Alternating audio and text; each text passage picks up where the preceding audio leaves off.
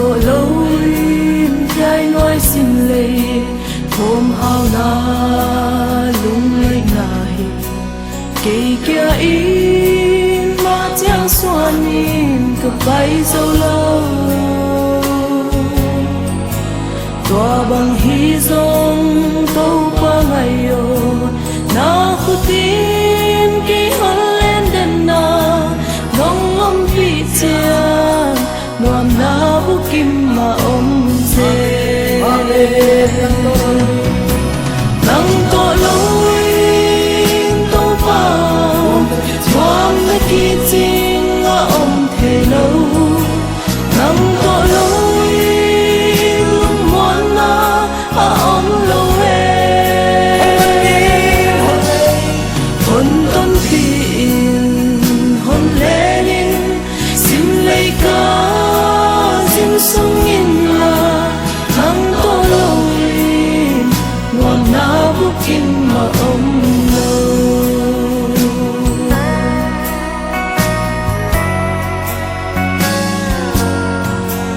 làm tội lỗi ca ma chàng lu mê bang a dinh đền nang tội lỗi làm mét na te a bê dê la nang tội lỗi lấy pa lùn sông băng mạ lâu băng lên la hia nung ngay la lê băng bát la lên la hi zo nang to lối tâu bao ngoan na kỳ chinh ngã thế lâu nang to lối lung muôn na lâu hôn tôn phiền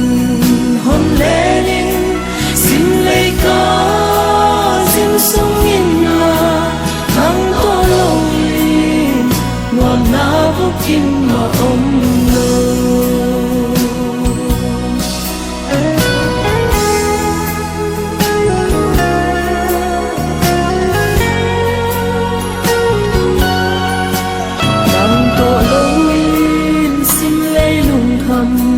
quag zo ding a hi lo nang to loin xin lấy nun la am ya le yam sa ngayung lung zuan sia lu quang hulin ka ze lu a nang to loin ngày tâm sia na la hi